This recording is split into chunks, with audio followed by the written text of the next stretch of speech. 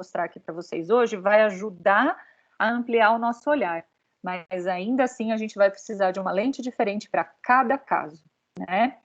E aí construir conhecimentos junto com os estudantes para prevenir a situação, para não deixar acontecer.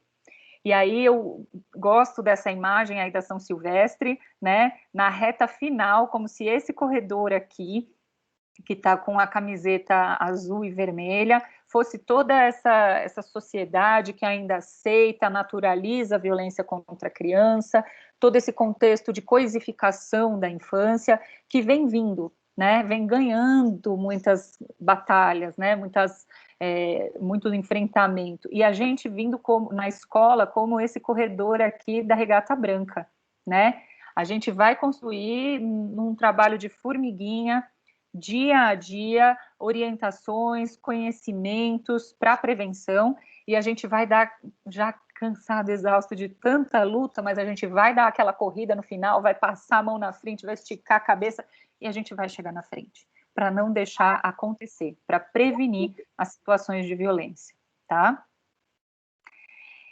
E aí, para isso, eu vou mostrar aqui um material para vocês, e a gente vai refletir rapidamente sobre a identificação, né? Como que a gente identifica as situações de violência? Quando a gente conhece sobre o fenômeno, né, das violências contra bebês, crianças e adolescentes, e sobre o macrosistema da violência, né? Então, Vilma, tem alguém que acho que está me acessando e tentando me ligar aqui. Eu acho que é alguém da rede, porque eu não estou reconhecendo o nome. Não sei se está vindo para mim ou se para todo mundo. Enfim. Eu não estou identificando aqui, Ju. Eu acho que alguém tentou me chamar individualmente. Mas acho que agora já encaminhei aqui a situação. Desculpa.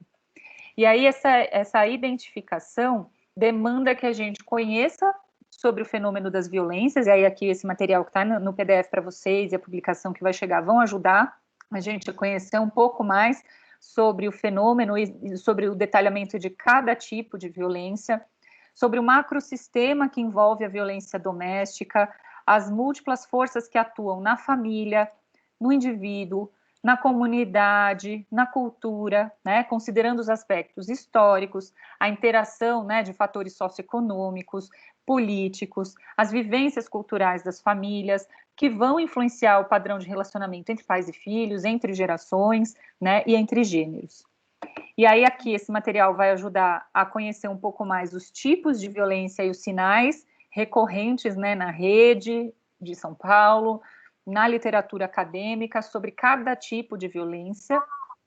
Isso vai ajudar a gente a ter um pouco mais de sensibilidade para ver a situação, né? A gente não consegue ver aquilo que a gente não conhece, passa despercebido mesmo, né? E esse olhar atento, né? Que a gente vai precisar da lente diferente, né? A gente precisa trocar a lente para observar esse aluno de uma forma diferente, e precisa aumentar o zoom para olhar esse estudante de acordo com o seu contexto. Muitas vezes a gente não precisa do zoom, né? A gente precisa de uma lupa para ir focando lá naquela situação, né? E aí, sobre as violências, a gente precisa refletir, ressaltar que ela acontece em todas as classes sociais, não há um único perfil de agressor, nem um único padrão de família onde aconteça o problema, e nem um único perfil de vítima. Então, às vezes a gente fala, nossa, aquela criança que é tão descolada, que não guarda segredo, como que ela foi vítima de violência? Como que ela se deixou levar por uma situação de violência assim? Como que ela se enfiou nessa, né? Muitas vezes a gente precisa perceber como é que esse contexto foi sendo construído pelo agressor para levar a vítima, né, a essa situação de violência sem que muitas vezes ela nem percebesse, né? E aí a gente também precisa destacar a reflexão sobre o racismo. A gente teve o Atlas de Violência divulgado, o Fórum de Segurança Pública divulgou também o anuário de 2020 sobre as violências. Eu acabei de receber hoje de manhã o anuário, e a gente percebe o impacto da violência na população negra, né? Quando a gente fala de violência letal, é a população que mais morre. Quando a gente fala de violência física, é a população que tem mais agressão. Então, a gente precisa ficar muito atento nessas questões de gênero e raça, como eu já coloquei anteriormente, mas o racismo, enquanto crime, enquanto cultura que ainda está permeando a nossa cultura aqui no Brasil, ainda envolve, se materializa na violência estrutural, na violência psicológica, na violência física, na violência sexual, na violência entre as crianças e adolescentes. O racismo permeia todas essas violências e agrava todas elas, né? Setembro, a gente conversou sobre o Setembro Amarelo, sobre a violência autoinfligida e o quanto tem associado as questões de racismo ao bullying, que também leva à violência autoinfligida, o racismo também associado a tentativas de suicídio, né?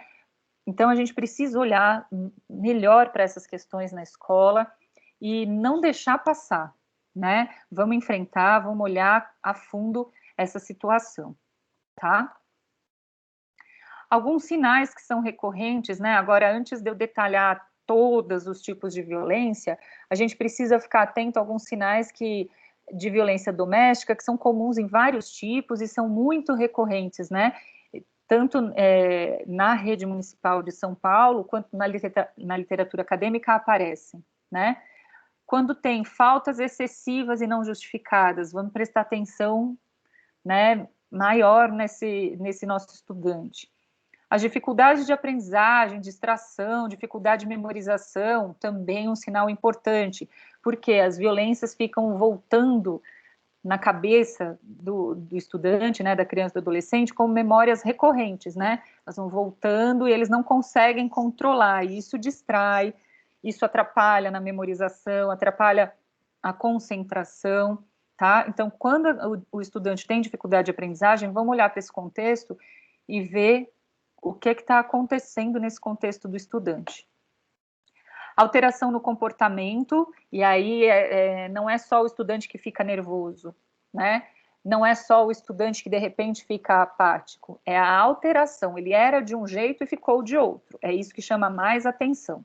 Ou ele passa a apresentar uma raiva exagerada, ou sinais mais discretos e mais difíceis de perceber, né? Que ele tinha um relacionamento interpessoal bom e de repente começa a ficar introspectivo, triste, isolado, apresentar uma dor da alma, né? Nada faz com que aquele estudante sorria, nada faz com que aquele estudante participe, né? Com alegria das atividades, né? E aí, às vezes, esse estudante fica mais quietinho, esse comportamento se camufla como um bom comportamento.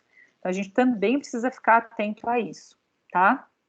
As questões físicas mesmo, né, a somatização das angústias no corpo, as dores, as febres inexplicáveis, porque o nosso corpo vai reagir com questões físicas mesmo, né, com sinais físicos da violência vivida. Por quê? A situação de estresse permanente que os ciclos de violência provocam no estudante vão fazer com que a cada momento ele produza no seu organismo substâncias por conta desse estresse permanente que ele está vivendo nas violências que ele tem sido vítima, né? Então, a gente sabe que o nosso corpo produz substâncias que vão alterar a sua resposta imunológica, o seu sistema nervoso, os seus neurônios, né? E aí a gente tem uma série de sinais que a gente pode detectar nesse sentido, tá?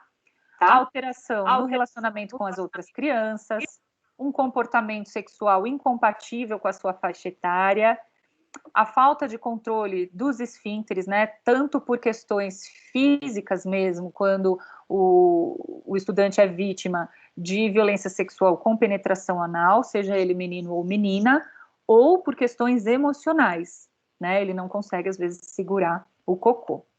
As marcas físicas, aparentes ou escondidas nas roupas, e a mudança do comportamento da família. A família que está querendo super proteger, controlar muito com quem a criança conversa, controlar muito a participação da criança na escola, quando a gente começar a fazer atividades sobre expressão dos sentimentos, expressão de como foi a vivência no momento de pandemia, as famílias que se colocarem contra isso é um sinal para a gente ficar atento, tá? Esses são sinais de forma geral, tá?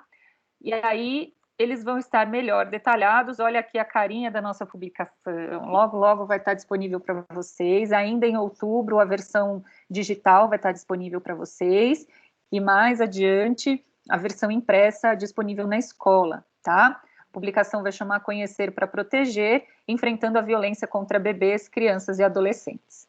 E aí, nessa publicação que a gente escreveu, né, em parceria com as equipes dos NAAPAS, que mandaram bastante contribuição, tiveram um olhar atento, uma leitura importante, né, para complementar, esclarecer melhor algumas situações, coisas de redação e tudo, participaram bem ativamente aí da publicação. Essa publicação traz os sinais, as estratégias de prevenção, e o que fazer, né? Como a gente vai encaminhar a situação, como lidar com o momento da revelação da violência, vai estar tudo melhor explicado aí nessa publicação para vocês, tá? Aqui eu fui separando algumas sessões para vocês de cada tipo de violência, por isso com um slide tão extenso, tá? Situações para a gente ficar atento em cada tipo de violência, e algumas informações de contexto que são recorrentes, né, que a gente está colocando que é importante saber, né, algumas informações a mais sobre cada tipo de violência, tá? Então, sempre o sinalzinho de alerta aí, demonstrando os sinais, né, que a gente ficando atento, a gente pode detectar a situação de violência vivido, e a lampadinha, né, para a gente saber um pouco mais sobre o fenômeno da violência, desse tipo de violência. E aí isso em todos os tipos de violência, tá? Então aqui, na verdade, eu estou antecipando um pouco o que vocês vão encontrar lá na publicação, tá? Aqui, em relação à violência sexual, um detalhamento maior, né, dos sinais da violência sexual, separando em meninas, meninos e bebês, crianças e adolescentes com deficiência, porque a violência sexual tem características diferentes de acordo com o gênero ou em relação a criança ter ou não deficiência. E aqui um detalhamento também maior sobre o que é importante a gente saber sobre o contexto, que um contexto de violência sexual é carregado de tabus, é carregado de uma série de informações, de características que a gente precisa destacar para compreender melhor o fenômeno, tá? Então, por isso que ele tem um detalhamento maior aqui também para vocês, tá? Então, isso vai se repetir em cada um dos tipos de violência e já deixei aqui bem detalhado para vocês. Não vou comentar cada um deles agora, porque a gente está com esse material já chegando para vocês e já detalhamos em algumas outras formações, né? Sobre prevenção, a gente precisa pensar esse nosso chegar antes, essa nossa ultrapassagem, né, de uma cultura que vem vindo, de uma visão de infância que vem vindo, sempre mantendo essa situação de violência contra o bebê, a criança e o adolescente, e nós fazendo mais ou menos o que esse carrinho amarelinho está fazendo aqui, né? A gente vai para o ladinho e vai ultrapassar, né? A gente vai conseguir chegar antes, né? Isso pensando mesmo no sentido da palavra desde lá do latim, né? A gente vai se antecipar, a gente vai perceber antes e chegar antes, né? E aí, além de saber, para isso, além de saber detectar os sinais, né, que já nos slides anteriores tem um detalhamento para ajudar a gente a detectar os sinais, a gente também precisa pensar nessa nossa formação e nas próximas para abordar a criança como sujeito, né? Pessoa em condição peculiar de desenvolvimento. A gente vai orientar, eles vão ter a informação e ainda assim vão ter atitudes de risco, né, em relação às violências, né? E aí pensar todas essas condições do seu desenvolvimento, né? Aquele desenvolvimento que parece uma montanha russa, muito mais do que uma linha de trem, né? Aquele desenvolvimento linear que às vezes a gente sai do curso de pedagogia imaginando, né? desenvolvimento para Freud, desenvolvimento para Piaget, cada estágio, cada faixa etária, indo como uma linha de trem, né, seguindo, e na verdade a gente percebe muitos retrocessos, loopings, né, que a gente precisa ficar atento quando a gente estiver pensando em violência contra as crianças, né. Também precisamos reconhecer, né, os nossos estudantes como seres humanos que nascem iguais e livres, né, que são aqui, ó, tem alguém com o microfone aberto, vou pedir para fechar, por favor. Estou ferrada aqui com Obrigada. fibromialgia desde... Reconheça que todos os seres humanos nascem livres e iguais em dignidade e em direitos, né? E isso ajuda a pensar a partir da Declaração Universal dos Direitos Humanos, como eu já coloquei, ou em outros processos formativos, né, com base em educação e direitos humanos, tantas... Oi? Acho que fechou. Tantas formações e tantas práticas que vocês têm no Butantan, momentos de partilha de práticas de educação e direitos humanos que nos ajudam a pensar também inovações sobre estratégias de prevenção, tá? Aqui eu coloquei essa imagem de uma mulher abaixando na altura da criança, sendo o apoio ali para a mão, olhando no olho, para ajudar a prevenir as situações de violência. Né? Às vezes parecem situações tão simples, né? Abaixar, olhar no olho da criança, parece tão óbvio para a gente na educação, mas isso é fundamental para a gente saber prevenir, para a gente conseguir detectar os sinais, para a gente se relacionar com a criança em pé de igualdade, considerando a dignidade humana da criança, né? E que na situação de violência foi embora. E aí a prevenção, gente, no ECA, tá aparecendo como um dever de todos, a atuação de forma articulada entre os estados, Distrito Federal, os municípios, né, tanto na elaboração de políticas como na execução de ações, né, a importância de difundir formas de educação não violenta, né, a promoção de campanhas educativas e permanentes para a divulgação dos direitos da criança e do adolescente, para que eles não sejam educados com uso de castigo físico ou qualquer forma de tratamento cruel ou degradante, né? E aí, por isso, eu coloquei essa imagem aqui para vocês, né? Do calendário com a marcação aí da taxinha todo dia, quase, né? São ações permanentes mesmo, né? Elas têm que estar permeando todo o nosso fazer cotidiano. Tem que estar presentes no nosso currículo de forma explícita, no nosso projeto político-pedagógico de forma explícita, tá? Para a gente construir planos de ação na nossa escola que ajudem a prevenir as situações de violência, né? E aí é uma demanda dos gestores, e vocês aqui em São Paulo têm como contar com o apoio dos NAAPAs, das DREs, né? Do NAAPA da Secretaria, né? Para quê? Para ajudar nessa integração com os órgãos do Poder Judiciário, do Ministério Público, da Defensoria Pública, Conselho Tutelar, Conselho de Direitos, entidades não governamentais. Isso que está previsto lá no ECA também é possível e é um pouco mais facilitado em São Paulo em comparação com outros municípios, porque vocês têm as equipes dos NAPAs. Então, contem mesmo com eles, viu, gente? Podem demandar André, Vilma, Gabi, Edilma, Jéssica, todo mundo aí, porque eles vão ajudar nessa integração que já estava prevista lá no ECA e foi melhor explicitada com a Lei 13.010 de 2014, tá? A formação continuada é a capacitação dos profissionais, como essa que nós estamos tendo e tantas outras que vocês também têm, né? E o empenho do Butantan em trazer formações com pessoas de áreas diferentes, né? Então, essa semana mesmo, na quarta, a gente vai estar lá com a assistência social. Na semana passada, não, retrasada, né? Também tivemos na formação, educação junto à assistência social, saúde, conselho tutelar, pensar essa aproximação mesmo para a formação continuada. Isso ajuda a fortalecer a nossa rede, né?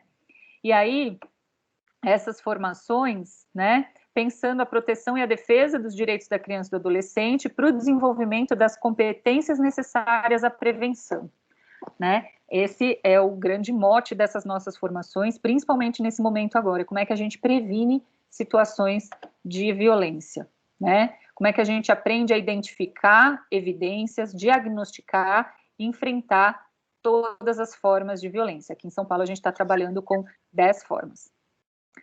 O apoio e incentivo às práticas de resolução pacífica de conflitos que envolvam a violência contra a criança e adolescente, as ações que visem garantir os direitos da criança e do adolescente nas políticas públicas, né? Para isso ser incluído e fortalecido nas políticas públicas, a gente precisa disso que está aqui nessa imagem, né? Ampliar os diálogos com as famílias, as reflexões com a família, a participação dos nossos conselhos de escola na elaboração e monitoramento dessas políticas públicas. Vamos lá, né, gente? Vamos para cima. Quem já participa, o Butantan tem uma tradição, né, de fórum, de participação bem importante. Vamos fortalecer e disseminar essa nossa prática, né? Porque isso ajuda, sim, a reverter a situação. Atividades junto aos pais responsáveis, né, com o objetivo de promover a informação, o debate, a orientação sobre alternativas ao castigo físico, ao tratamento cruel e degradante no processo educativo, né, porque sempre que a gente fala, nossa, então, né, a criança chegou machucada porque apanhou em casa. Aí a gente vai falar para a família, olha, família, não pode. Aí a família vai falar, e aí eu faço o quê, né? O que eu ponho no lugar em vez de uma agressão física para educar, né? Como é que a gente constrói isso? Como é que a gente coloca as famílias para trocarem experiências? Como é que a gente constrói alternativas para as famílias tentarem fazer também no lugar do tratamento cruel, da agressão física, né? A promoção de espaços intersetoriais locais para articulação de ações, elaboração dos planos de atuação conjunta, né? Focados nas famílias, em situação de violência, com a participação de profissionais de saúde, assistência. Tudo isso aqui, gente, é um convite para a gente participar e fortalecer o fórum, né?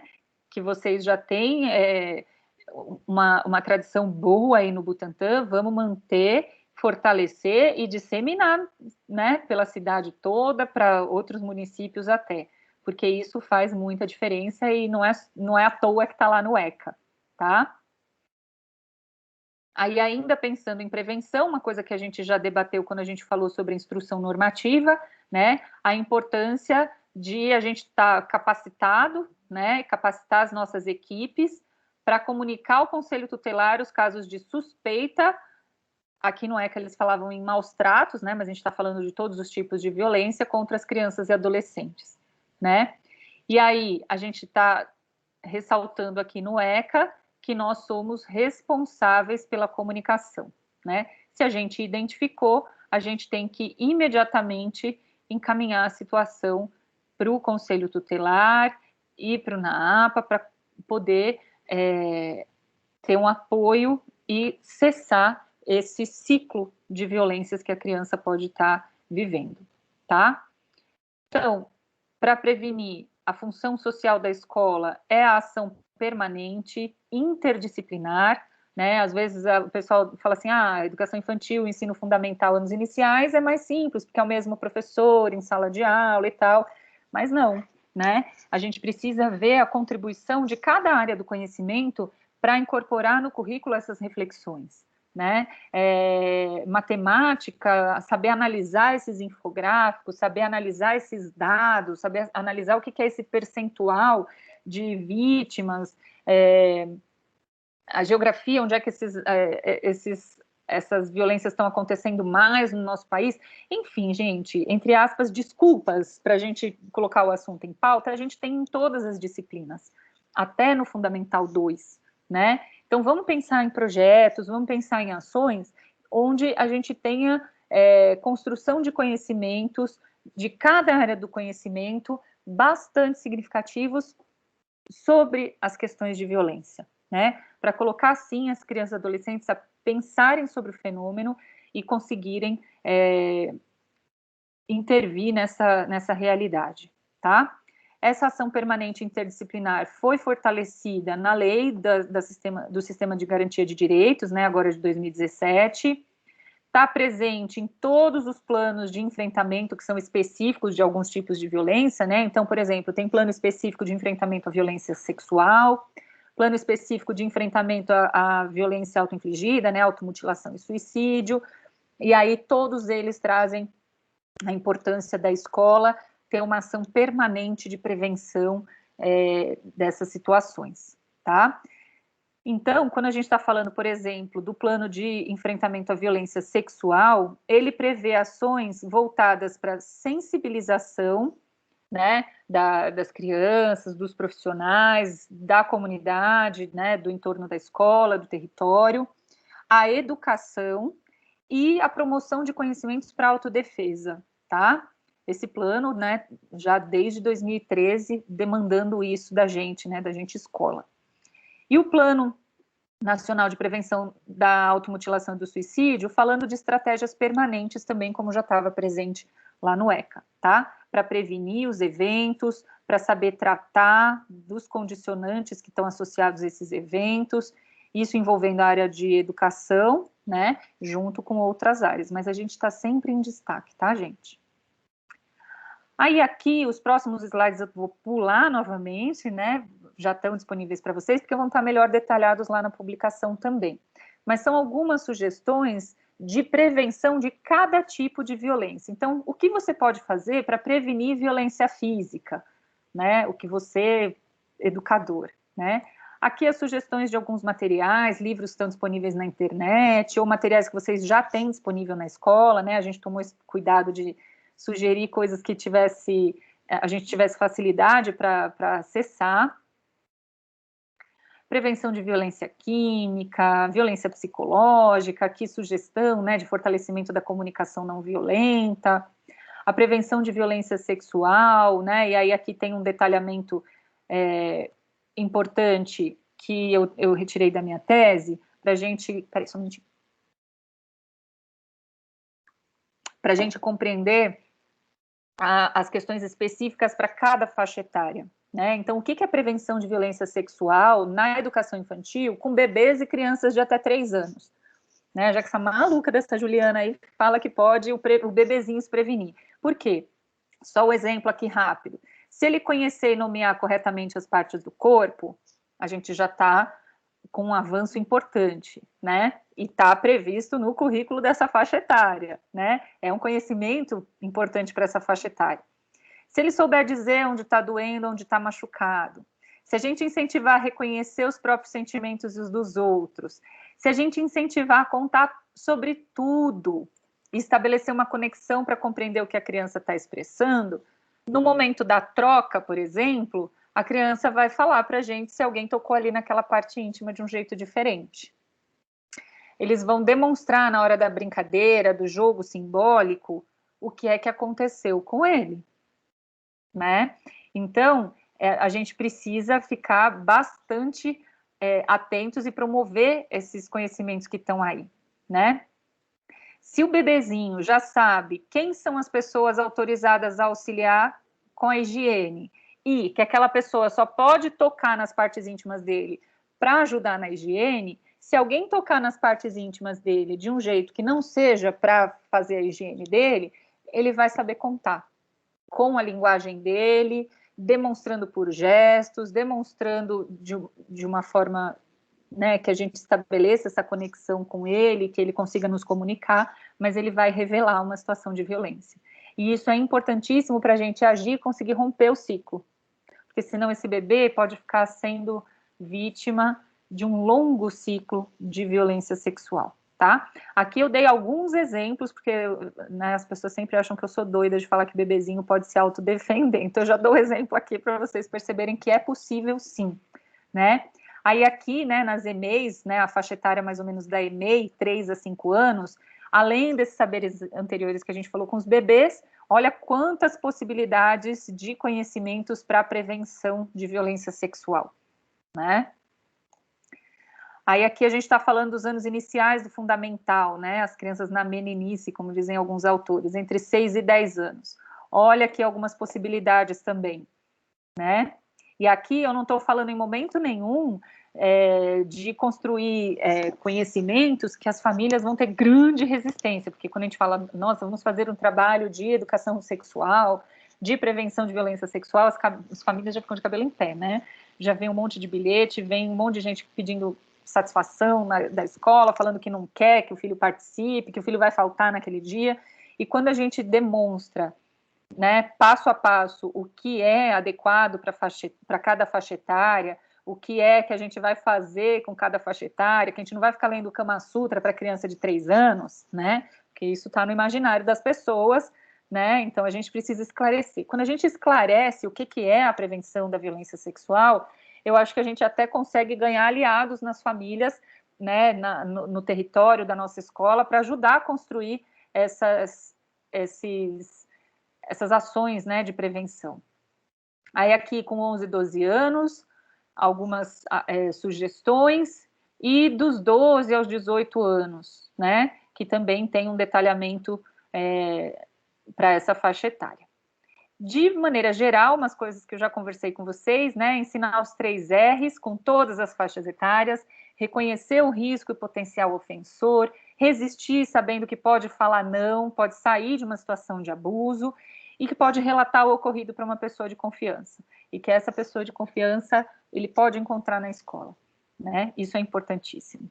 Aqui mais algumas reflexões que ajudam a pensar a prevenção, né? Que sexo é diferente de sexualidade, considerar a curiosidade, o prazer, a descoberta do corpo em todas as faixas etárias, pensar se essa vivência, essa curiosidade está de acordo com a faixa etária ou está demais para essa faixa etária, pensar que os jogos sexuais infantis têm um sentido diferente para a criança do que o que é dado por nós adultos, né? Mas que ele jamais deve acontecer entre crianças com idades muito diferentes, para que não tenha coerção, né? Então não dá para eu falar que uma criança de 10 anos está tendo um jogo sexual com uma criança de 3, está ali num pé de igualdade, não está, né? Porque a de 10 tem mais conhecimentos, tem mais vivências, que a de 3 não tem, né? Então, faixa etária muito diferente também não dá, né?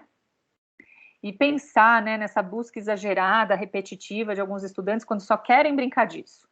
A gente está indo aí para uma reflexão sobre a curiosidade ou está sendo um sinal de que houve uma violência e ele está tentando entender, né? Aí aqui mais algumas sugestões para prevenção, né, que estão lá no livro da Terenzi e da Fabre. Eu vou passar rapidamente aqui, porque vai ficar disponível para vocês. Aqui, ó, a Declaração dos Direitos Sexuais, que foi escrita, né, na Associação Mundial para a Saúde Sexual, tem versões de 97, foi revista em 99, 2008, a mais recente é de 2014, e eu destaco aqui dessa declaração esses 3 tópicos, né? O direito de estar isento de formas de violência ou coerção, o direito à informação e o direito à educação, né, sexual esclarecedora. E aí tem uma máxima, né, um ditado na prevenção, né, de violência sexual, quando a gente pensa a educação sexual esclarecedora, e que ajuda muito a convencer as famílias que são mais resistentes em relação a isso, né? Se a gente não der a informação e não construir uma educação sexual esclarecedora, a informação errada, equivocada, distorcida vai chegar para o estudante, né? Ou vai chegar por meio da internet, ou vai chegar pelo coleguinha que teve uma outra vivência, ou mais para frente vai chegar quando ele for assistir filme pornô, ou quando ele for buscar conteúdo XXX na internet, a informação vai chegar, né? Então, que a gente chegue primeiro com uma informação esclarecedora, pensando a vivência saudável do desenvolvimento da sexualidade, né? Para não deixá-los expostos à violência sexual, tá? E aí aqui, né, um detalhamento maior, esse daqui eu já falei várias vezes com vocês, né, sobre eles não saberem o que é, autoproteção, que está falando lá, pedir ajuda para alguém que confie, participar, né, das ações de prevenção, saber denunciar. Aqui, ó, uma sugestão bem pertinente para trabalhar com educação infantil e anos iniciais do ensino fundamental, né, um filminho que a gente pode digitar lá no Google, né, ou no YouTube, prevenção de violência sexual e escola, já certamente esse videozinho vai aparecer, essa coletânea, né, muito boa, é um vídeo chileno, produzido pela Visão Mundial da Infância, o material da Caroline Arcari Meyer, né, o Pipo e Fifi, que eu trago aqui algumas imagens para vocês, que vão demonstrar, né, o que é importante a gente saber sobre o comportamento psicossexual de cada faixa etária e o que cada faixa etária deve saber para não ficar vulnerável à violência sexual. Algumas campanhas, né? Essa campanha aqui, por exemplo, é portuguesa, sobre o guardar segredo, por exemplo, né? Campanhas brasileiras, né? Aqui do Menino Maluquinho, sobre a importância de não guardar segredo, saber ajudar, não ficar em silêncio, né? Convencer a vítima a pedir ajuda, né? São campanhas que vão poder ser debatidas na escola. A campanha Defenda-se dos Maristas, né? Que tem vídeos, cartas, tem material em libras, vídeo com audiodescrição, então estão bem pertinentes para ajudar a gente a trabalhar esses temas, né? Aí, prevenção de violência institucional, negligencial, algumas sugestões aqui também, violência estrutural entre as crianças e adolescentes, e aí não vou parar muito aqui nessas sugestões.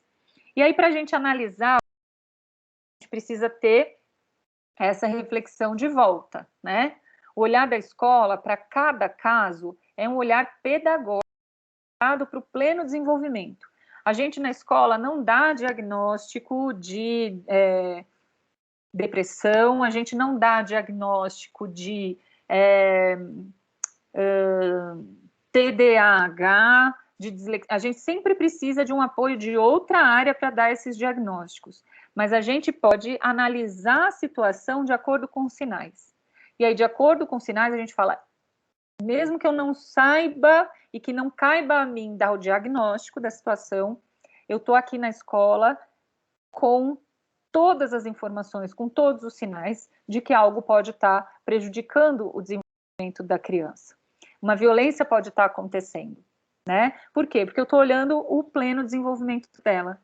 Se ela está prejudicada no seu desenvolvimento físico, no seu desenvolvimento emocional, no seu desenvolvimento cognitivo, no seu relacionamento interpessoal, nas suas emoções, eu, enquanto escola, preciso encaminhar essa situação para toda a rede de proteção ajudar a resolver a situação. Porque eu, escola, não vou resolver sozinha, mas eu, escola, vou ver todos os dias os sinais e os impactos dessa violência no comportamento da criança, no desenvolvimento da criança.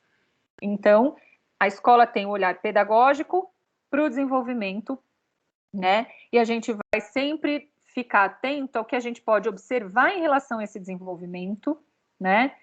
Vamos ter registros, informações consistentes sobre o desempenho escolar do estudante, porque isso só a gente tem, né?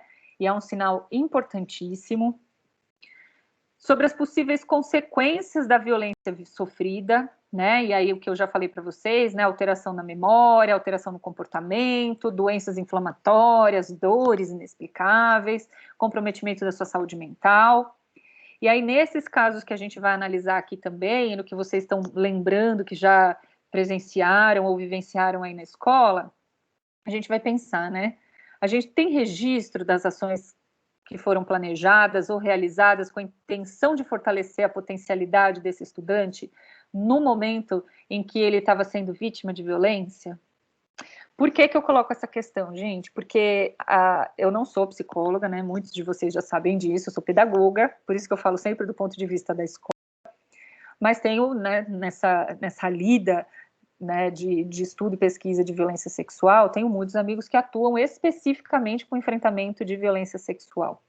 E é muito comum eles relatarem que as vítimas, em consultório, quando já estão em acompanhamento, as vítimas falam que o que elas mais querem é voltar à vida normal, voltar à vida de antes. Ou seja, eles querem voltar a se desenvolver, querem voltar a ter vida, né? E não ficar vivendo só aquela violência, o trauma daquela violência, não querem mais aquelas memórias, eles querem esquecer e tocar a vida em frente, né?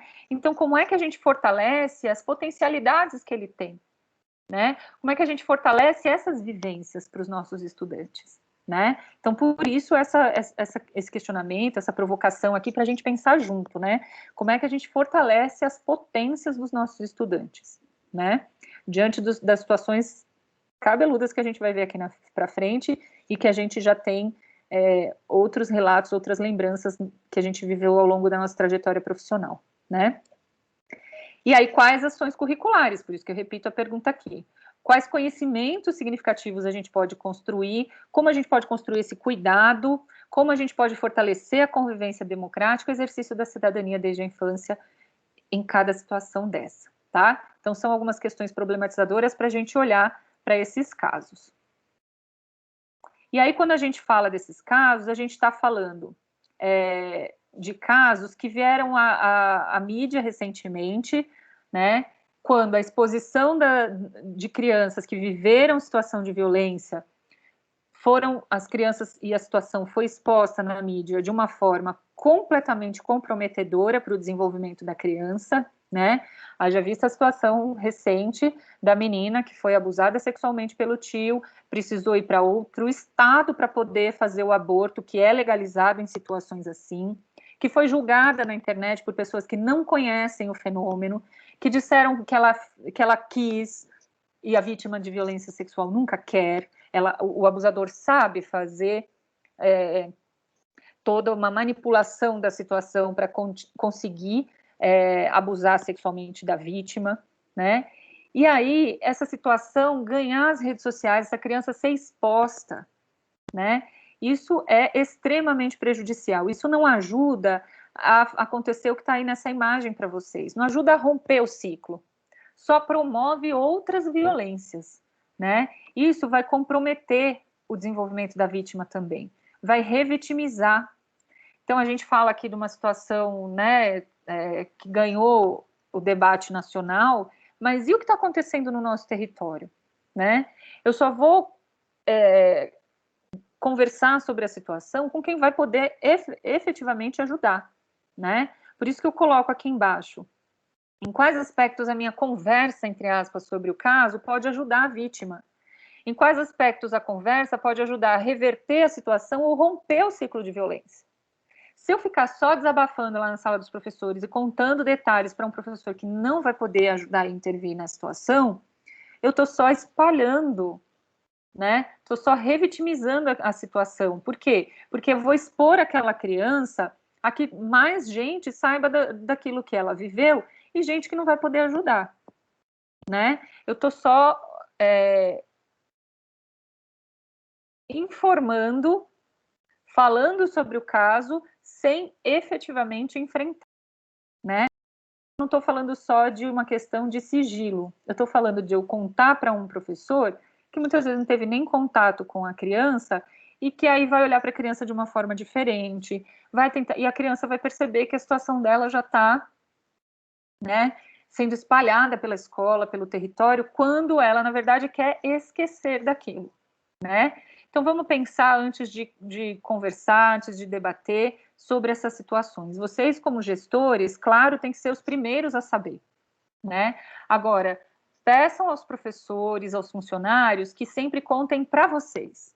E aí, junto com vocês, vocês vão definir, olha, é importante que tal pessoa também fique de olho nessa situação, né? É uma situação que a família está demonstrando sinais de violência, então a pessoa que recebe a criança lá fora no portão e que vê a família todo dia precisa saber, precisa ter um olhar atento a essa situação. Então, vocês, diretores, vão ajudar a traçar aí quem é que vai ficar sabendo da situação na escola, né? Para a gente não revitimizar a criança, né?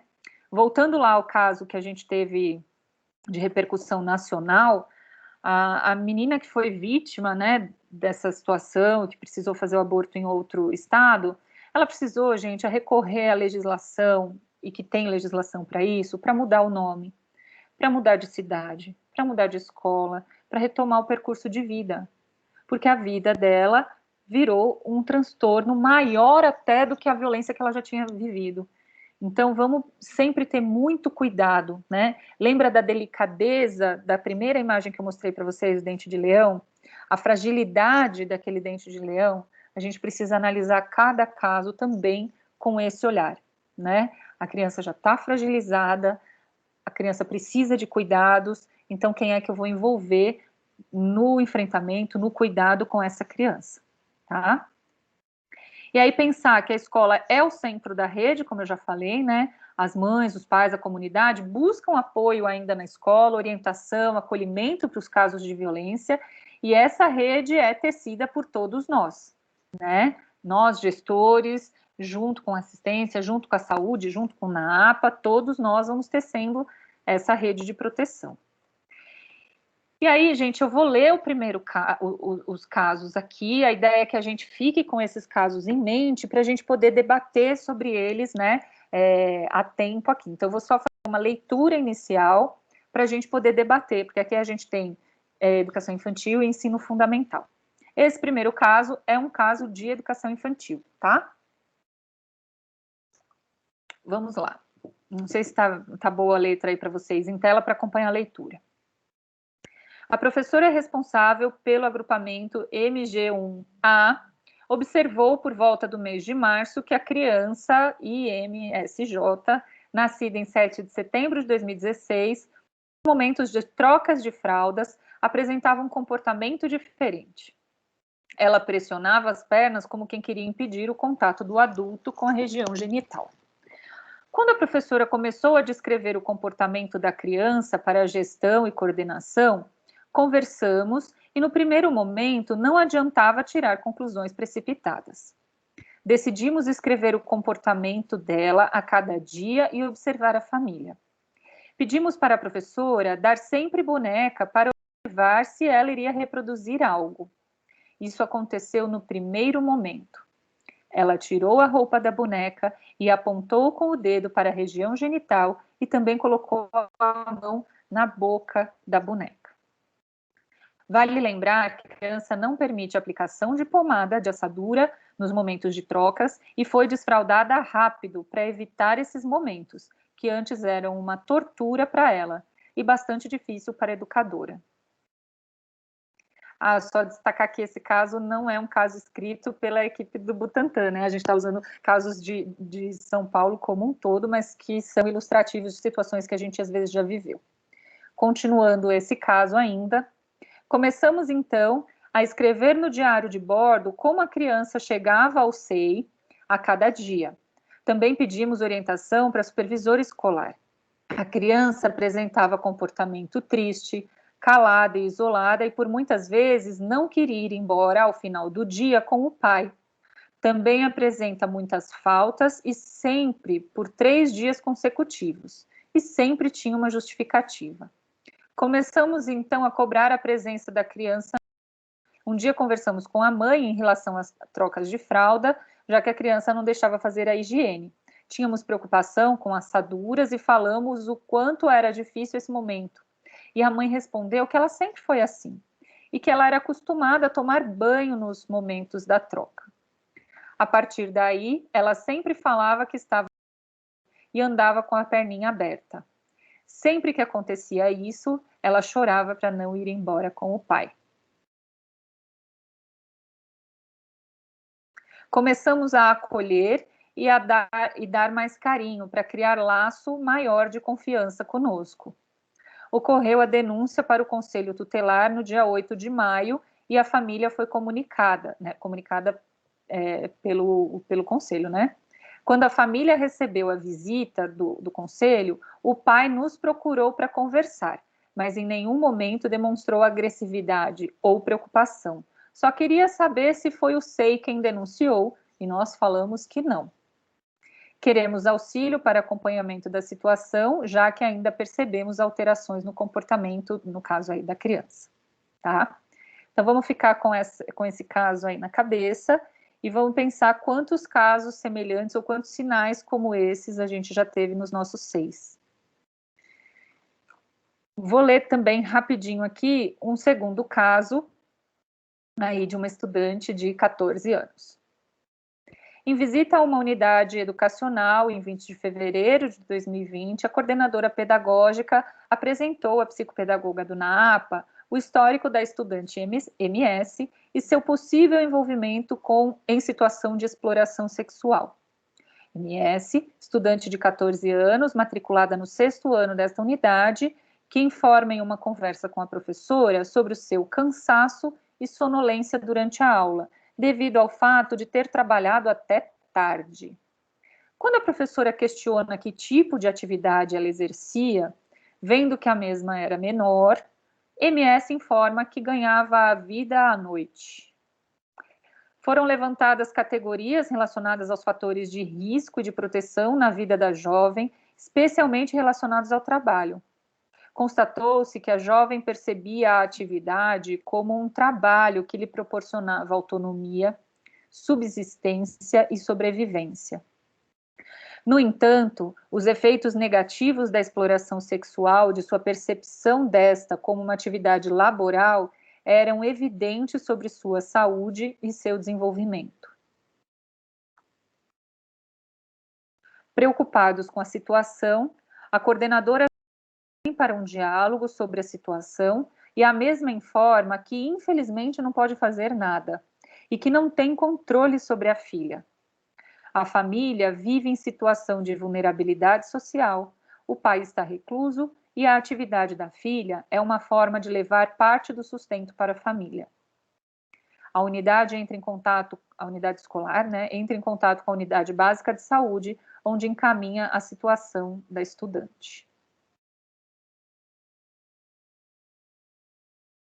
Agora, um terceiro caso. Em visita a uma unidade educacional em 20 de março de 2020, a coordenadora apresentou à psicopedagoga do NAAPA a situação envolvendo algumas meninas da turma do 6º ano da escola. A coordenadora referiu que 4 meninas do 6º ano vêm apresentando comportamentos inadequados na escola. As meninas comparecem com vestimentas inapropriadas, como, por exemplo, roupas extremamente curtas em dias de frio, usam um vocabulário com conotação sexual e dormem durante as aulas. As estudantes foram chamadas na sala da coordenação para uma conversa com a proposta de escuta e de auxiliá-las em suas dificuldades. No momento da conversa, uma das estudantes revela que elas sempre saíam juntas e, às noites, iam para a região central de São Paulo encontrar alguns amigos. Mas no decorrer da conversa, percebemos que poderiam estar sendo exploradas sexualmente, pois queriam comprar as suas coisas e os pais não tinham condições de arcar com as despesas delas. As mães foram chamadas na escola e pediram o apoio da escola, pois não sabiam que medida tomarem com relação à situação. E aí, gente, diante desses 3 casos, eu vou abrir a nossa conversa. As impressões de vocês, que são gestores, a gente vai dialogar a partir da nossa instrução normativa, a partir dessa prevenção, como é que a gente olha para a delicadeza de cada caso, né? Como é que a gente dissemina os nossos conhecimentos sobre os casos, para a gente garantir uma atuação na escola que coloque a criança no curso do seu desenvolvimento e tire desse curso, desse ciclo de violência, que a gente possa ajudar a romper esse ciclo de violência, tá? E agora eu queria ouvir vocês um pouquinho.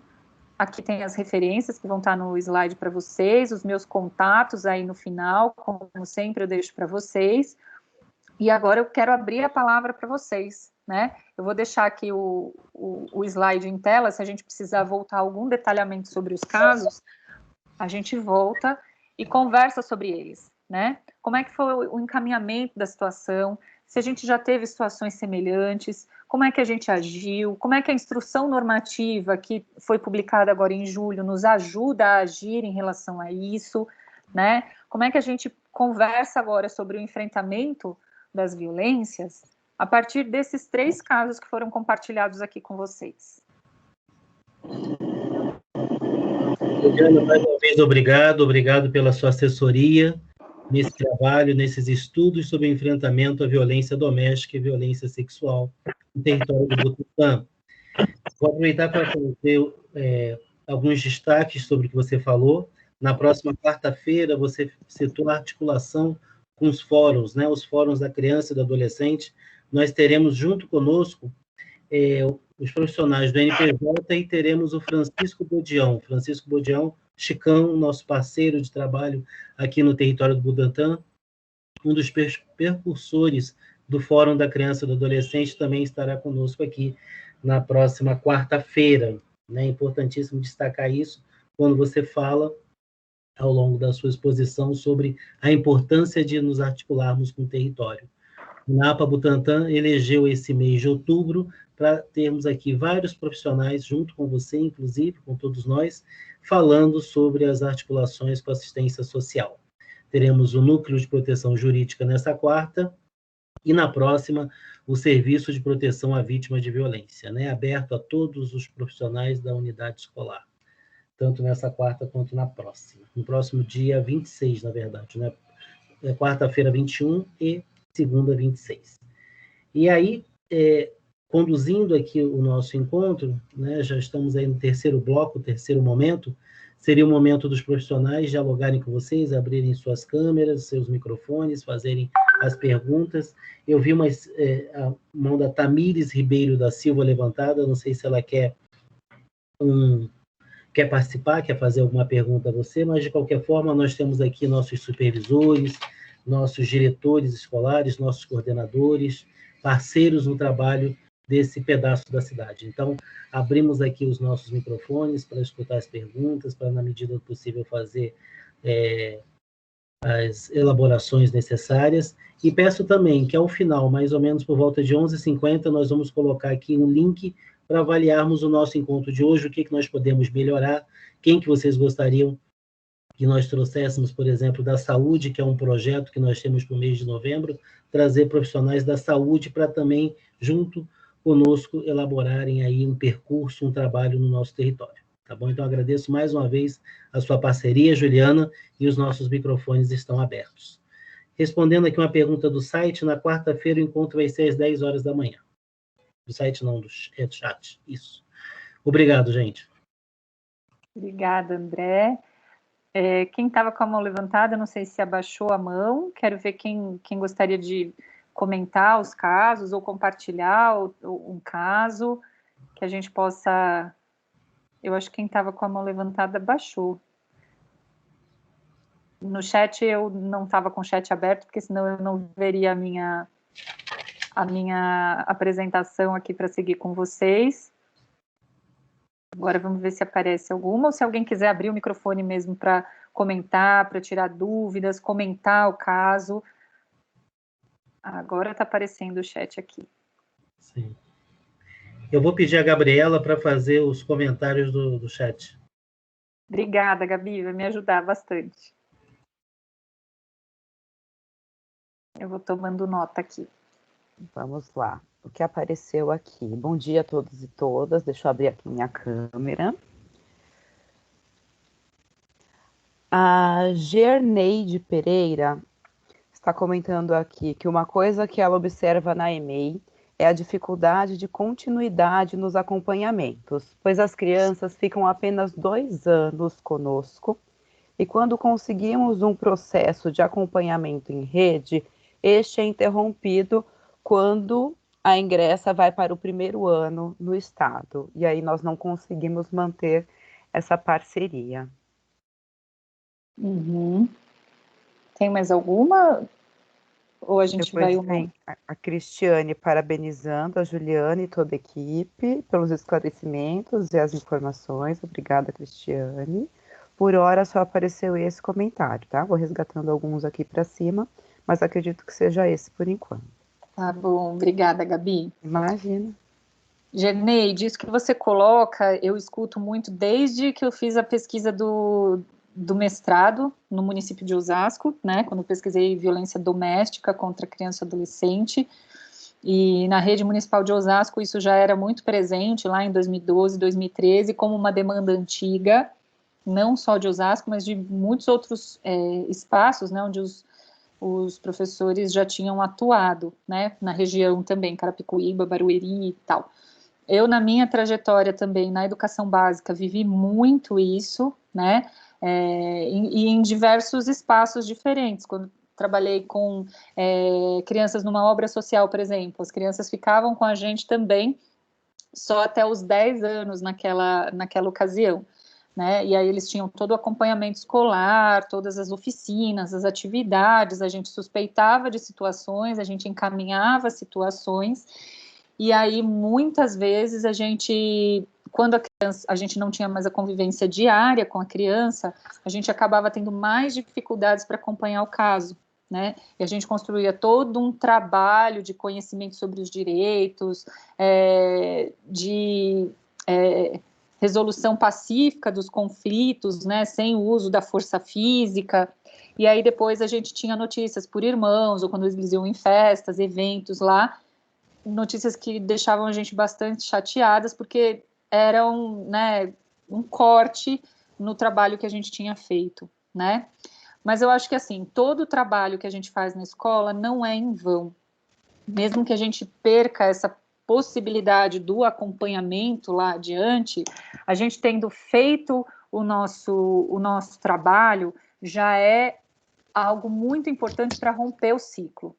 Ainda que a gente perca a dificuldade de acompanhar, porque a criança foi para a rede estadual, por exemplo, a gente não vai ter a possibilidade diária de construir estratégias de prevenção. Mas quando a gente encaminhou o caso para o Conselho Tutelar, a gente precisa ter a esperança de que a gente vai conseguir envolver a rede. Quando uma situação é vivida na nossa escola, e aqui a gente está falando com muitos gestores, e essa matrícula vai para outra escola, para outra rede, eu tenho percebido relatos de situações que fizeram diferença quando tem uma conversa entre os gestores, né? Já contei para vocês lá na pesquisa do mestrado, muita gente de Osasco reclamava, às vezes nem quando a criança saía da rede municipal, mas quando a família percebia que a situação estava sendo encaminhada e trocava a criança de escola. Na rede municipal de Osasco, naquela ocasião, a gente tinha 100 e poucas escolas, então a gente conseguia reunir todos os gestores em um auditório. E aí os gestores se falavam, eles sabiam, né, as famílias sabiam que os gestores se falavam. Aí pegava essa criança e tirava de novo da escola e matriculava em outro município. E aí a gente começou a perceber a demanda por um fórum intermunicipal, né, uma articulação intermunicipal. Então, essas articulações são sempre bastante delicadas e demandam uma iniciativa nossa. Por que eu estou falando demanda uma iniciativa nossa? Se eu tenho a informação, se eu sei que aquele aluno estava sendo acompanhado, e eu não informar para essa escola para onde o aluno foi transferido, essa escola vai demorar para perceber os sinais, vai demorar para encaminhar. Ou então vai chegar lá no Conselho Tutelar com um novo número de documento de notificação, que vai ficar duas coisas separadas, né? Até esse documento ser resgatado, alguém perceber que trata-se do mesmo caso, isso leva um tempo que a gente pode diminuir se a gente falar para a nova escola para onde esse estudante foi, né? Em Osasco, quando eu estava na pesquisa do mestrado, isso demandou uma articulação intermunicipal, como eu falei para vocês, mas eu tenho percebido, sim, que isso diminui a distância para conseguir proteger a criança, né?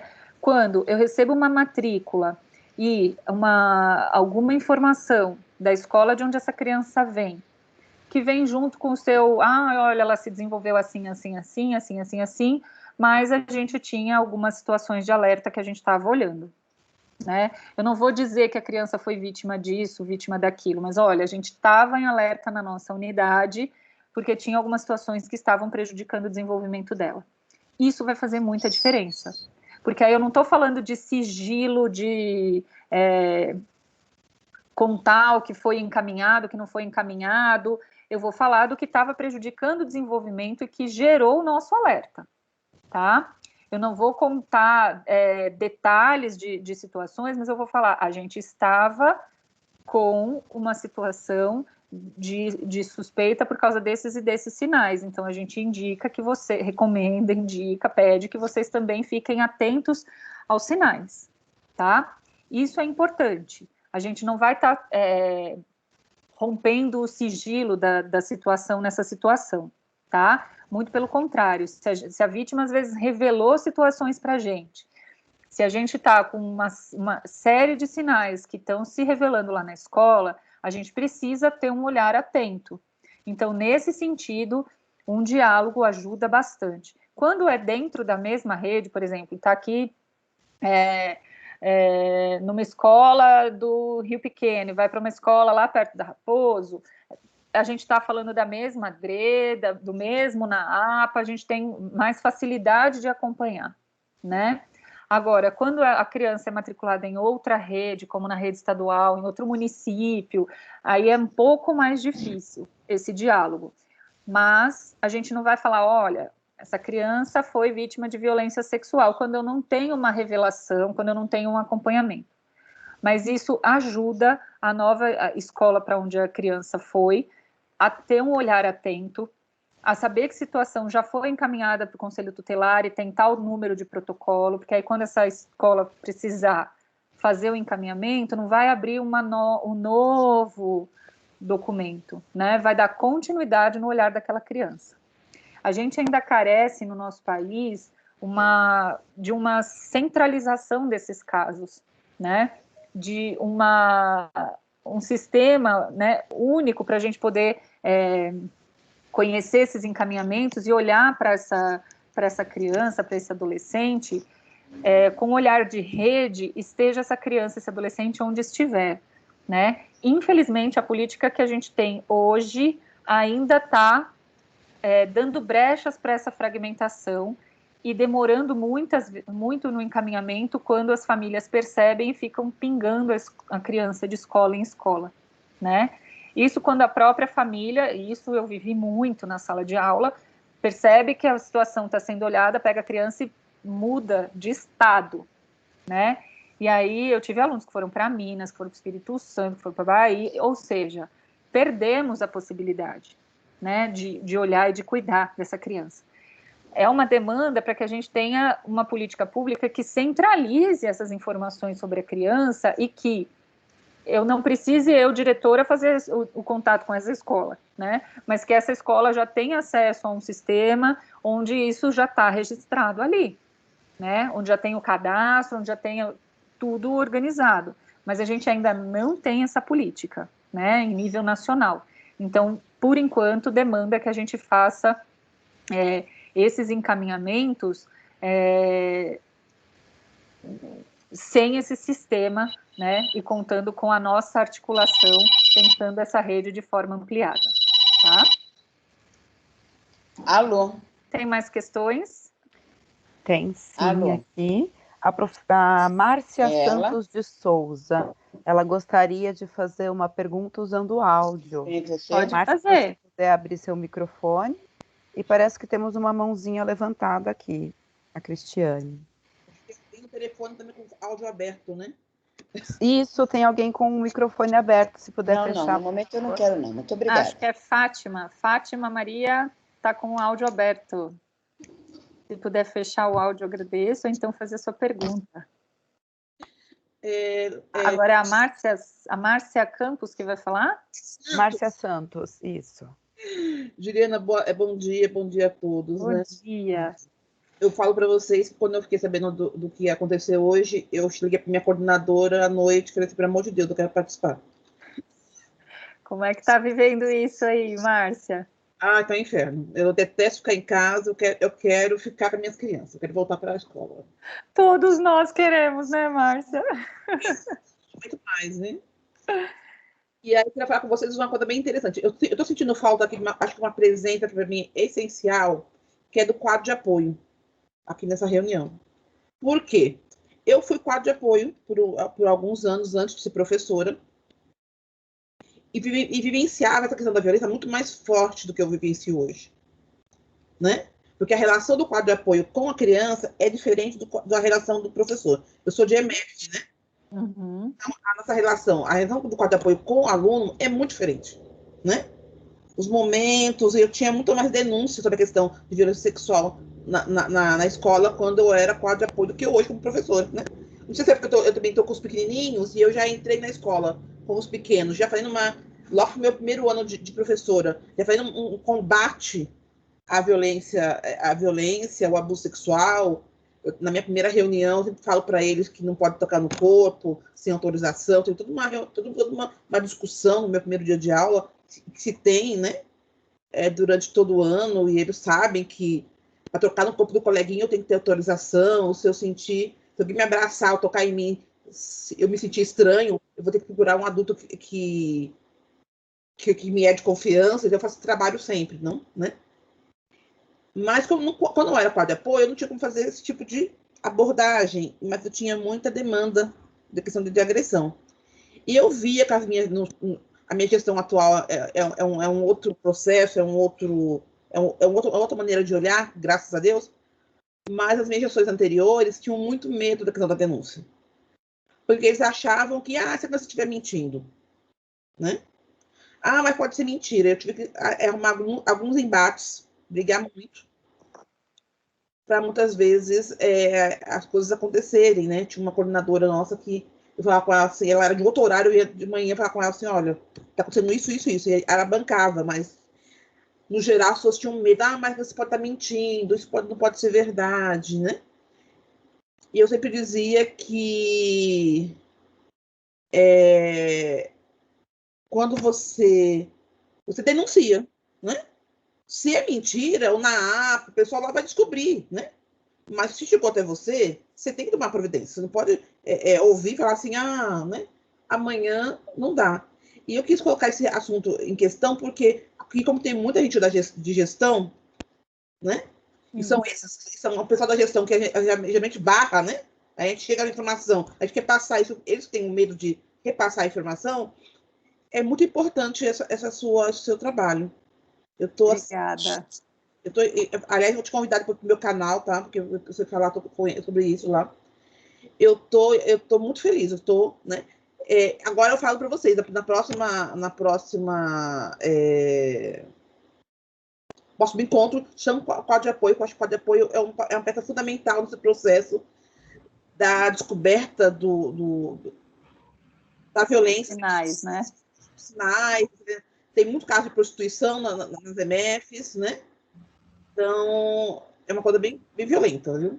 Obrigada, Márcia. Eu tomei nota aqui de algumas coisas para eu comentar. O André, acho que quer falar, André? Sim, quero falar assim, Márcia, obrigado pela sua participação. Nós também entendemos e respeitamos e valorizamos muito os profissionais do quadro de apoio. Não é à toa que essa equipe do NAPA Butantã, coletivamente, entendeu a importância de que, pelo menos, a cada semana, isso está acontecendo semanalmente, principalmente nesse mês de outubro, tenhamos um encontro com os profissionais também do quadro de apoio. Essa ideia ela foi se fortalecendo principalmente após as lives de julho, que nós conseguimos afetar mais pessoas, atingir mais pessoas. E eu concordo plenamente com você que essas formações elas não podem cessar, né? É muito difícil, no outro formato que nós tínhamos, que os encontros só aconteciam na DRE, né? Alguns encontros aconteciam nas escolas, mas principalmente nas DREs, com um número limitado de pessoas. Aqui, por exemplo, nós já tivemos mais de 120 pessoas. Na DRE Butantã, nós teríamos que estar no auditório, em uma outra sala ia comportar tanta gente. Então, eu agradeço a sua participação, mas isso está no nosso radar, e mais do que no nosso radar, está no nosso projeto de trabalho para o próximo ano, inclusive. Obrigado. André, parabéns, viu? Parabéns, estou muito feliz com isso. Né? Obrigado. André, desculpa. Oi. Claro. Vilma. Oi, Marcinha. Tudo bem, linda? Oi, pode ser que hoje tenha entrado mais pessoas do quadro de apoio. Eu estou vendo aqui no chat que tem mais gente. Então, assim, nós já estamos fazendo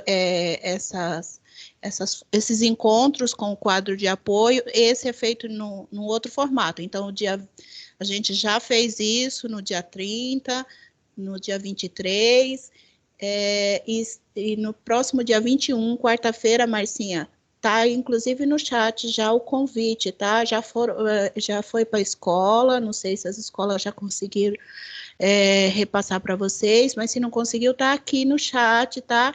Onde é para os professores, para os gestores, para o quadro de apoio. Então, tem um link especial para o quadro de apoio no convite, tá? A gente entende esse coletivo da escola, né? A escola é esse coletivo todo. Muitas vezes, o quadro de apoio, ele tem realmente mais contato com algumas situações do que os próprios professores ou os gestores que estão em outras demandas.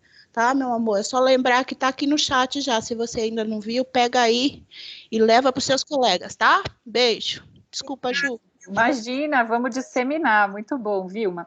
Só vou comentar rapidamente alguns aspectos da fala da Márcia, já passo a palavra, que tem gente aqui com a mãozinha levantada, tem mais perguntas chegando aqui no chat. Sobre o quadro de apoio, e é importante que os diretores, que estão em maioria aqui, percebam isso, a importância das formações, que acho que já ficou claro, o NAPA já está articulando isso, né, já está colocando no plano de ações. A relação que a Márcia falou, que é muito diferente do estudante e que com o quadro de apoio, foi colocada assim, ao longo até das pesquisas que eu fiz, por parte dos professores, que às vezes na sala de aula a ambiência não favorece a revelação, né? Por quê? Porque na sala de aula, se o estudante vier falar, o professor está falando de outro assunto, está lá com o currículo, com a tarefa, vem o outro pedir para esclarecer dúvidas, não tem a intimidade, e que às vezes com quadro de apoio eu consigo chamar o quadro de apoio para um cantinho lá na escola, né? Um pouco mais reservado e não tem tanta interrupção como na sala de aula. O tipo de relação também, né? Não vai estar mediada pela tarefa que eu tenho que entregar, pela divisão de 2 algarismos na chave, pelo livro que eu tenho que ler. Não, né? A relação é mais direta, sim, com o quadro de apoio. Então, é importante a gente saber disso. Também, Márcia, é comum as vítimas buscarem o quadro de apoio, professores de educação física, professores de sala de leitura, que tem essa outra relação, né, com alguns professores de educação física falavam para mim que é uma relação mais solta do que às vezes o que está na sala de aula, né, com outros tempos, mais corrida, muito permeada pelos conteúdos, muitas vezes, né? Então, e o quadro de apoio também observa melhor as famílias, porque tem às vezes um outro contato com as famílias no portão. Então, é importante, sim, a gente ouvir, ter essa formação intensa com o quadro de apoio. Sobre o medo da denúncia, eu acho que ainda é comum e recorrente, não é à toa, né, porque uma denúncia de uma situação de suspeita de violência doméstica, de violência intrafamiliar, é muito grave, tem um impacto muito intenso na família, né, e aí a gente nunca, se a criança não chegou e revelou, a gente nunca vai ter certeza. Quando a criança revela, tem ainda esse imaginário de que a criança possa estar mentindo. O que a gente vê em estudos, por exemplo, do judiciário, que é extremamente raro. E a gente tem como, por exemplo, quando uma situação chega lá no judiciário, tem psicólogos forenses que vão observar, que vão questionar, que vão dialogar com a criança, enfim, tem uma outra forma de escuta, né? Tem uma outra forma de lidar com essa situação. Tem, às vezes, pessoas que falam assim, a criança falou isso para chamar a atenção, tá? Ela pode estar mentindo? Não sei. Se ela falou para chamar a atenção, eu vou dar a atenção que ela precisa, né? O que não dá é para a gente ficar calado e deixar essa situação continuar, né? Se a gente tem suspeita, a gente vai encaminhar. E agora aí nesse slide, nessa publicação que está chegando para vocês, tem uma lista que vão ajudar vocês a falar, olha, de fato, essa situação dá para a gente suspeitar que ela está sendo vítima de violência. Eu não vou dizer, porque eu não vou ter a certeza, mas quando eu suspeitar, eu vou dizer, olha, conselho tutelar, tem que olhar para a situação dessa criança por causa desses sinais aqui, ó. E aí vocês vão listar os sinais que vocês estão observando na criança, tá? Sobre o medo da denúncia, de fato, alguns gestores têm, por essa questão do impacto na família, e também porque muitas vezes tinham desconhecimento, mas a gente está intensificando as formações, né, para que os gestores também tenham mais segurança. E no momento em que o medo aparecer para denunciar, contem com a equipe do NAAPA, dialoguem primeiro com o supervisor, com a equipe do NAAPA, para ajudar a pensar junto esse encaminhamento, né? Eu vou encaminhar para o conselho tutelar, o que eu posso ir fazendo na escola, como que eu posso observar melhor essa criança, para a gente não se sentir tão sozinho, porque é comum os gestores falarem que se sentem sozinhos nesse encaminhamento e que é muito grave, né? Encaminhar a situação e não saber se está fazendo certo. Então, por isso que a gente está intensificando as formações e detalhando melhor para a gente conseguir olhar as situações, tá? Tem alguém com a mão levantada aqui? Gabi, tem mais questões que chegaram no chat, eu não vi. Vamos abrir o microfone. Fala, Gabi. Tem uma questão aqui no chat, eu vou ler para vocês. Tá. Só um minutinho que começou a pular umas janelinhas aqui, perdi meu cursor. Achei. Eu vou falando, vai aparecendo mensagem, também não consigo acompanhar todas. Não consigo. É da Karina Desirai Vares. Espero ter pronunciado certo, Karina, senão me desculpa. O que podemos fazer em casos em que a própria família expõe a criança a situações de sexualização precoce por achar que é normal? Passei por uma situação em que a criança tinha sinais de comportamento estranho e a mãe informou sem nenhum constrangimento que a criança ficava presente quando ela fazia sexo com o namorado. Tem mais questões? A gente faz um bloquinho, eu já posso responder essa? Como que vocês acham melhor? A Gabriela tem mais uma, um pouco mais acima da Lucinéia, 11h32. Deixa eu resgatar aqui a Lucinéia. Obrigada, André. Lucinéia de Souza Maia. Sou professora Lucinéia, da Associação de Creches Maria de Nazaré. E a violência sexual sempre é um assunto delicado e complexo ao mesmo tempo, principalmente quando envolve vulneráveis, como as nossas crianças e adolescentes. E o quão importantes são as redes de proteção, acompanhadas da denúncia em si. Desculpa, eu esqueci seu nome, você falou. Mariana, eu vou passar para ele. Tem alguém com o microfone aberto. Seu microfone está aberto. Ana Andréia, seu microfone está aberto. Por favor.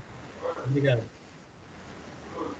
A Márcia Santos de Souza aponta aqui também mais uma situação de que na escola dela teve um caso que a mãe levava o filho para a visita íntima. Por hora são essas.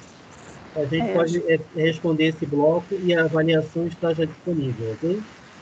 A Cristiane está com a mão levantada. Se a Cristiane quiser incluir alguma pergunta nesse bloco, será que tem como? Tem sim, ótimo. Por favor, Cristiane. Bom dia, Gabriela. Bom dia a todos. Bom dia.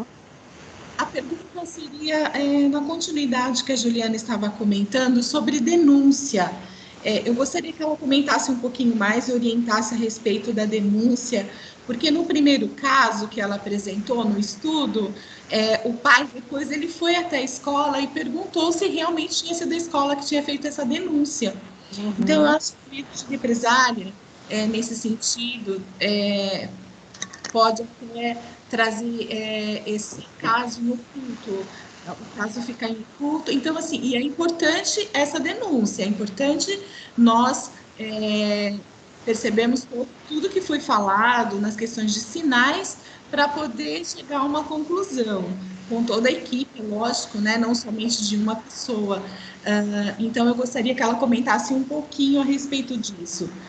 No caso, se foi a escola, realmente a escola ela tem que falar, olha, sim, foi a escola, não foi. Como deve ser, então, a atuação no caso da escola nesse sentido de denúncia? Seria isso a minha pergunta. Obrigada, Cristiane. Ótima pergunta, muito pertinente para a gente abordar e reforçar algumas situações, né?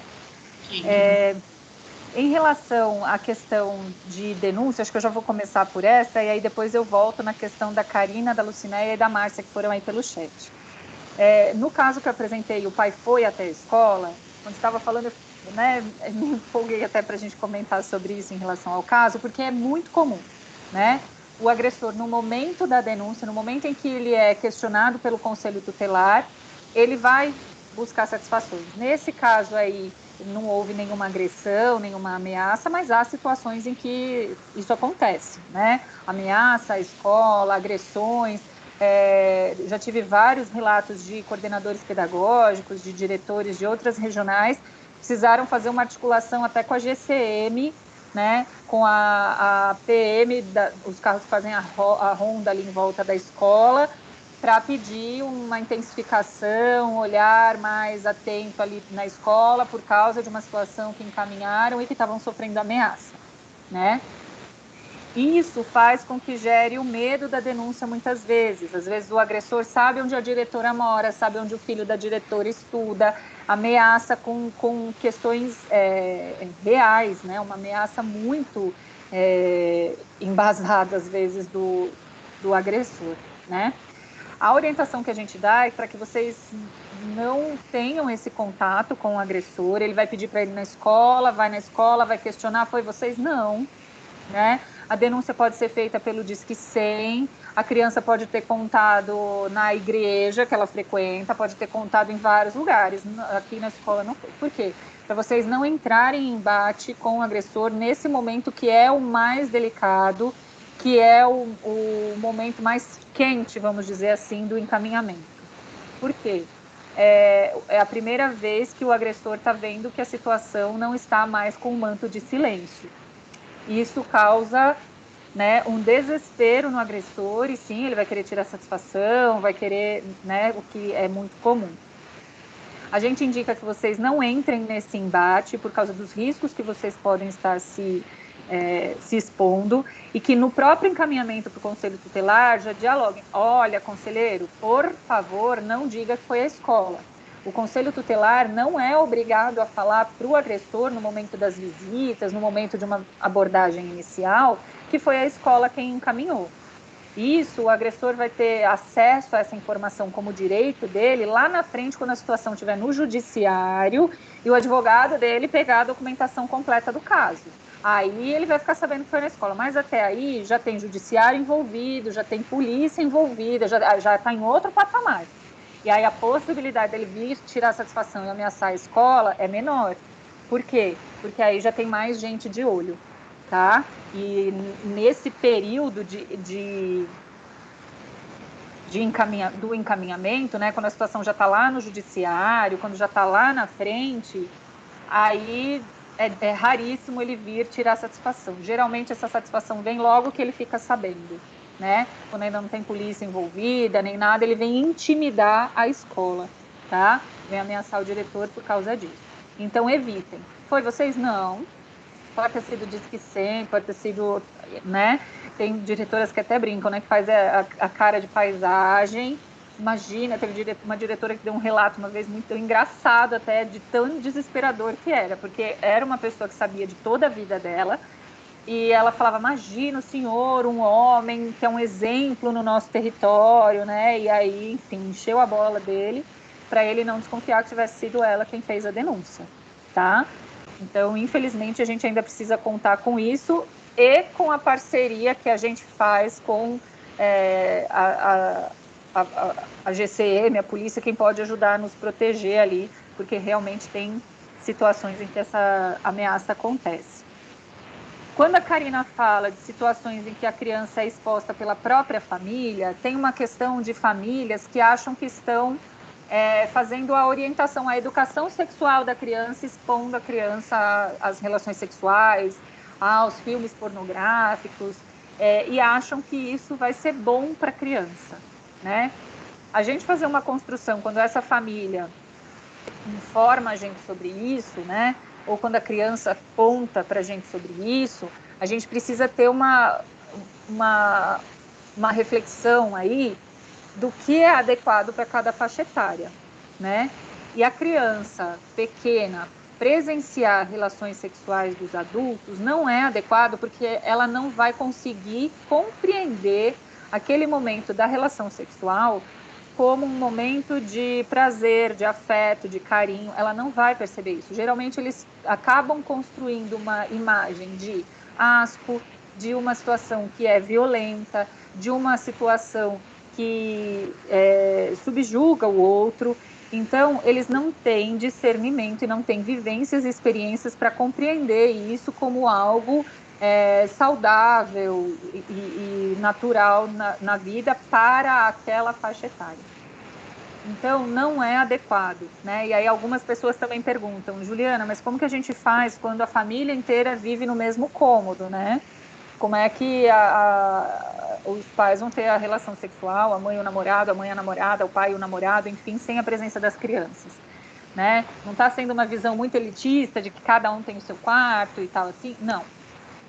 né? Porque esses pais, essas mães, quando eram adolescentes e não tinham a sua própria casa e moravam com os seus próprios pais, não tinham relações sexuais com os seus namorados na presença dos mais velhos. Por quê? Porque já sabia, né, que cada coisa tem o seu lugar lá na relação da família, né? E que se eu, adolescente, não posso ter relação com meu namorado na presença do meu pai e da minha mãe, eu também não posso ter relação na presença do meu filho, né? Por quê? Porque isso vai prejudicar o desenvolvimento saudável da sexualidade dele. Ele não vai compreender e os papéis vão ficar misturados ali. Ele vai ter informações que ele não vai descobrir sozinho de acordo com a sua faixa etária e com seus pares da mesma faixa etária, né? E aí, como ele não consegue elaborar aquelas informações que ele teve acesso presenciando uma relação sexual, ele vai ficar reproduzindo isso na escola. Então, vai querer imitar com a boneca, vai querer imitar com os outros colegas não vão gostar da situação, vão se incomodar, vão ficar cometendo, às vezes, bullying com essa criança, vão excluir essa criança, ele vai ter um rótulo, vai prejudicar demais o relacionamento interpessoal da criança. Então, não é adequado, tá? Que a criança presencie. E no caso das famílias que têm muitas famílias que vivem em um cômodo só, eles vão ter que ter relações sexuais no momento em que as crianças não estão presentes, né? Então, vai combinar com a vizinha um dia que todo mundo vai ficar lá na casa da vizinha, né? E aí os pais vão ter um momento de intimidade deles ali, né? Ou a mãe com o namorado, enfim. E aí combina com a vizinha, ó, depois você manda a criançada toda para cá, você tem um momento só seu aí, com o seu companheiro, com a sua companheira, tá? E aí fica, enfim, para a gente poder também ter os momentos de intimidade sem a presença da criança. E às vezes as famílias nem pensaram sobre isso, nem pensaram sobre essa alternativa. Agora, o que a gente precisa deixar claro é que criança presenciando relação sexual de adulto, não. Isso é uma violência sexual. Tá? Violência sexual não é só o que a legislação chama de conjunção carnal, que é a penetração. Não é só isso. Ela presenciar, ela ser exposta para um adulto, assistir filmes, isso tudo vai prejudicar o seu desenvolvimento natural da sua sexualidade. Tá?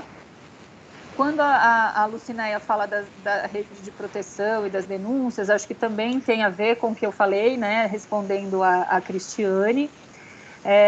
E quando a Márcia Santos fala que a mãe levava o filho para visita íntima, está indo um pouco para o lado do que eu respondi agora para a Karina, né, de que não é adequado a criança presenciar essas relações sexuais e que existe um momento da visita íntima que é justamente íntimo. Vamos refletir sobre intimidade, né? E que a criança vai ter outros momentos de visita, se assim for permitido, e não a visita íntima. Tá? Então, uma coisa é o contato da criança com o familiar que está lá recluso. Outra coisa é ela presenciar uma relação sexual. Presenciar a relação sexual de adultos não é adequado, é uma violência sexual, tá? Então, a gente precisa também construir essa reflexão com as famílias. No momento que a gente estiver fazendo reuniões de pais, formações com as famílias, dá esse toque. Não dá para as crianças presenciarem relações sexuais porque eles vão reproduzir na escola. Eles não têm discernimento para compreender. E isso vai prejudicar o desenvolvimento deles. Tá? Tem mais questões aí, pessoal? Tem sim. A Gerneide Pereira de Carvalho, ela comenta aqui que os conselheiros tutelares nem sempre têm essa formação para esses tipos de encaminhamentos, que é um grande problema. E aí, um pouco mais abaixo, a Lígia de Oliveira de Azevedo gostaria de saber quais são os requisitos para ser conselheiro, para fazer parte do conselho tutelar, para ser conselheiro tutelar. Tá. Lígia, os requisitos é ter o ensino médio, né? E aí, quando é aberta a candidatura, isso vem tudo detalhadinho lá esses requisitos vêm todos detalhados, mas em geral é ter o ensino médio e em geral são pessoas que têm uma boa articulação ali no território, são líderes comunitários, enfim, tá? Não necessariamente precisam ter formação como a Janeide colocou, não tem que ter formação específica. O que a gente percebe é que muitos conselheiros às vezes não têm formação específica, mas vão atrás dessa formação, buscam o CMDCA, buscam os conselheiros anteriores, tentam se formar, né? Como eles não têm essa formação específica, quando a gente for fazer um encaminhamento, a gente não vai esperando que eles já estejam formados e já tenham muita experiência. Então, a gente vai construir esses encaminhamentos junto com esse conselheiro, né? Eles têm um manual, que é o Manual da Ação Conselheira, que é um livro que regula como deve ser a atuação do conselheiro tutelar, né? A gente cita esse documento quando a gente faz a formação sobre os nossos encaminhamentos que estão orientados para as escolas na instrução normativa, que foi publicada agora em 2020, em junho, julho de 2020, tá? Procurem aí a instrução normativa número 20 e número 21 de 2020. Essa instrução normativa regula como nós devemos agir, nós, escola, tá? O conselheiro tutelar, a gente não tem como regular como ele vai agir. O que regula como o conselheiro tutelar vai agir é esse documento que chama Manual da Ação Conselheira. Está disponível, é só dar um Google, você baixa o PDF. E lá, nesse documento, a gente pode ter conhecimento sobre essa ação, mas a gente, escola, não determina como o conselho tutelar vai agir. Mas a gente pode ter um diálogo e dizer, olha, preciso olhar essa situação, porque a criança está demonstrando tais sinais, a situação está se agravando, eu conheço a pessoa que está cometendo a violência, a pessoa sabe onde eu moro, sabe onde meu filho estuda, enfim. A gente vai construindo junto com o conselheiro tutelar, tá? E aí, nesse momento que eu falo daquela questão da singularidade, cada caso é um caso. Eu mesma, recentemente, fui encaminhar uma situação de trabalho infantil com um conselho aqui da Zona Norte, falei até com a equipe lá do Jaçanã e Tremembé, e aí a gente tem um protocolo de encaminhamento de trabalho infantil. Eu liguei para o conselho tutelar, o conselheiro tutelar ia até lá para fazer a abordagem do menino que estava trabalhando. Quando eu liguei para o conselho tutelar, ele falou, olha, nessa situação, se você registrar a denúncia aqui, a gente vai agir assim, assim, assim. E a gente pode perder a possibilidade de cuidar desse menino.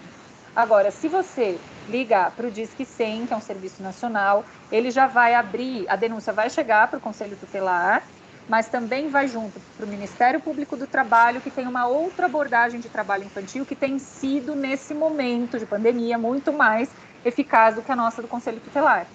Porque o Ministério Público do Trabalho vai chegar com o carro deles lá na região, o menino vai ver, até o menino entender que ele vai abordar a situação, porque o menino está em situação de trabalho infantil, é bem diferente do que chegar um carro do Conselho Tutelar, a hora que o menino vê o carro do Conselho Tutelar, o menino vaza embora. E aí o conselheiro não consegue fazer a abordagem, não consegue cuidar da criança. Agora, eu tive essa conversa com o conselheiro e assim eu fiz. Liguei para o Disque 100, fiz o encaminhamento, depois tornei a ver o menino lá, liguei, falei o número do protocolo no Disque 100, eles anotaram no mesmo número de protocolo, né? E aí a situação foi encaminhada, né? E o menino foi cuidado, porque o menino também não apareceu mais ali na região para trabalhar. Agora, se a gente não age rápido, se a gente não age em articulação com o Conselho Tutelar, a gente perde a oportunidade de ter um encaminhamento que, de fato, proteja a criança. Por isso que, assim, os encaminhamentos têm uma orientação, tem uma indicação, mas a gente não necessariamente precisa seguir à risca